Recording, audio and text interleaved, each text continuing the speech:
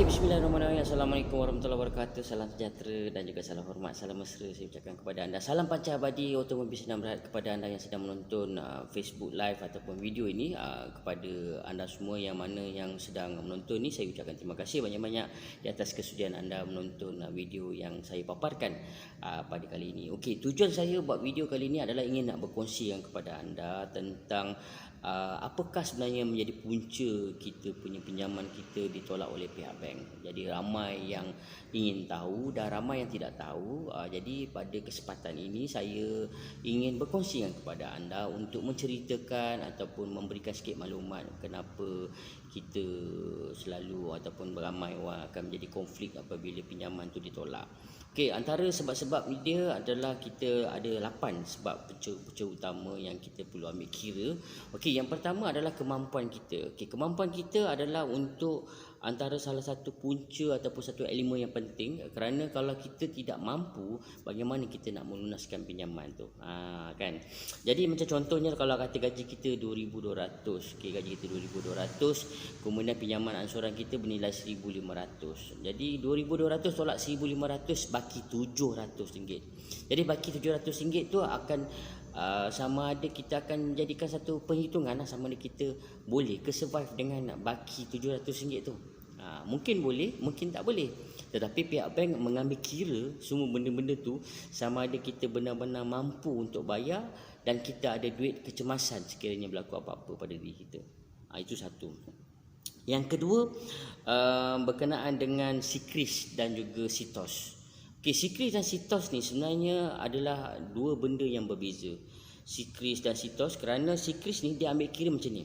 Okey, sekiranya kita pernah membuat pinjaman ataupun kita pernah membeli apa juga barangan secara ansuran, okey, dekat situ akan tertera kita punya perjalanan pembayaran kita setiap bulan. Sama ada kita bayar cantik ataupun tak cantik.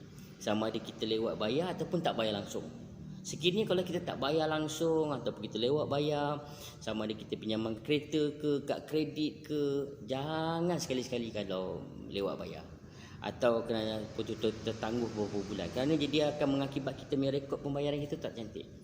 Jadi bila rekod tak cantik, bank nak bagi pinjaman memang saya cakap terus terang memang susah. Sebab apa?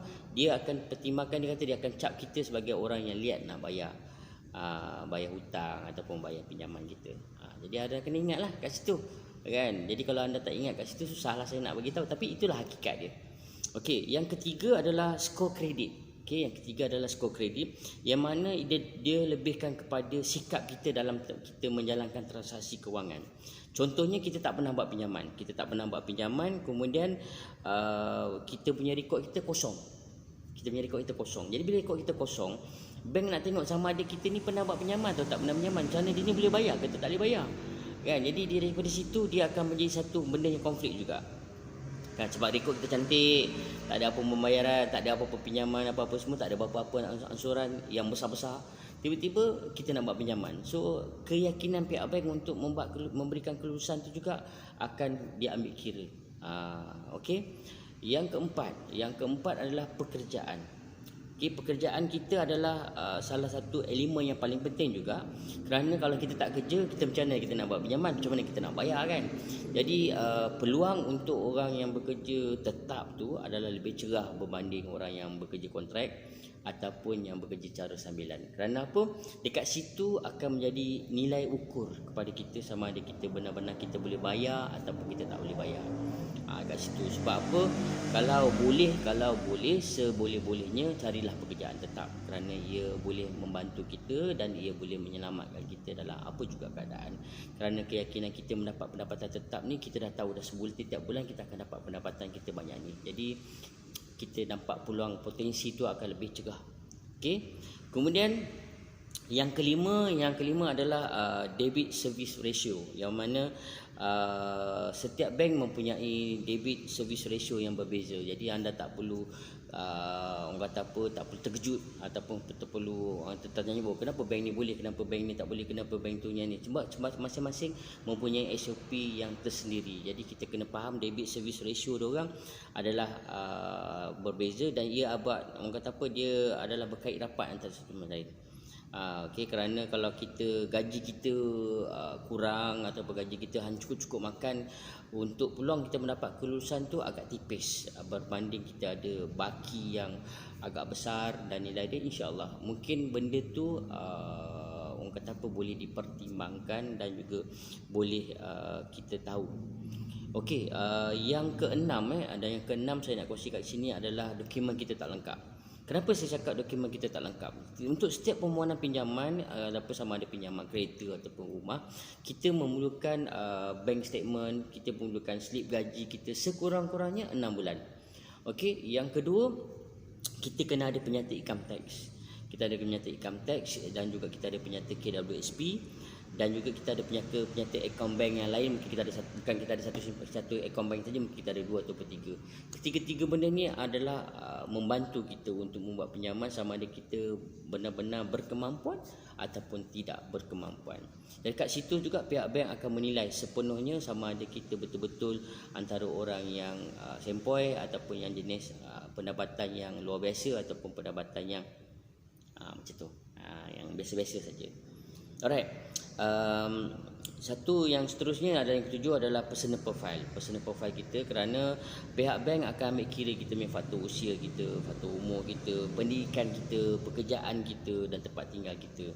Kadang-kadang benda ni adalah bersangkut paut. Kalau kadang dia duduk kat tempat-tempat yang susah nak cakap lah kan, kadang-kadang dia memberikan satu kemuskilan kepada pihak bank sama ada kita ni betul-betul orang yang boleh mendapat pinjaman ataupun sebaliknya. Kerana benda-benda ni dia bergantung antara satu sama lain.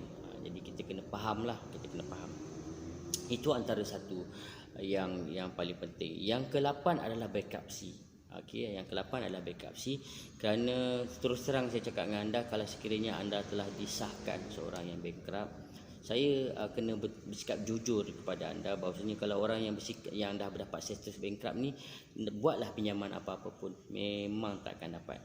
Memang takkan dapat, sebab orang yang dah dapat status bankrupt ni memang di antara orang yang mempunyai masalah pembayaran balik ataupun pembayaran pinjaman. Tak kisahlah pinjaman kecil atau besar, apabila dia declare sebagai bankrupt, ia tidak boleh membuat apa-apa juga pinjaman. Entahlah di mana-mana institusi kewangan pun tidak akan mendapat kelulusan.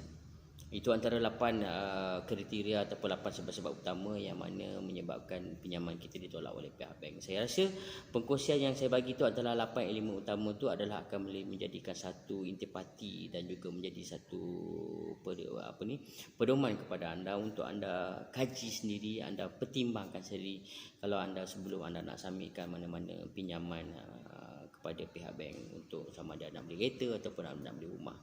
Jadi saya berkongsi kepada anda kerana saya ingin memaklumkan kepada anda. Mungkin anda dah pernah lihat dan sebagainya. Saya anggapkan apa yang saya bagi tahu ni adalah sebagai satu pengetahuan dan satu perkongsian kepada anda supaya kita dapat sama-sama membantu kawan-kawan kita yang lain. Jadi saya rasa tugas saya, amanah saya untuk menyampaikan ataupun berkongsi informasi ini telah pun saya sampaikan. Jadi saya harap ianya berguna kepada anda dan mudah-mudahan ia menjadikan satu orang kata apa, satu landasan untuk anda tahu dan juga mengetahuilah apa juga kriteria-kriteria, apakah sebab-sebab punca-punca pinjaman kita ditolak. Jadi saya rasa itu saja untuk setakat ini, dan insya-Allah mudah-mudahan kita akan dapat jumpa lagi di lain video dan juga lain lagi kita punya update lagi yang seterusnya. Jangan lupa like, share dan komen. Dan sekian saja daripada saya, Rudi Syarimi Syarifudi, melaporkan untuk Panca Abadi Automobil Sedan Berhad. InsyaAllah kita akan jumpa lagi. Wabillahi taufiq wa hidayah. Wassalamualaikum warahmatullahi wabarakatuh. Kita jumpa lagi.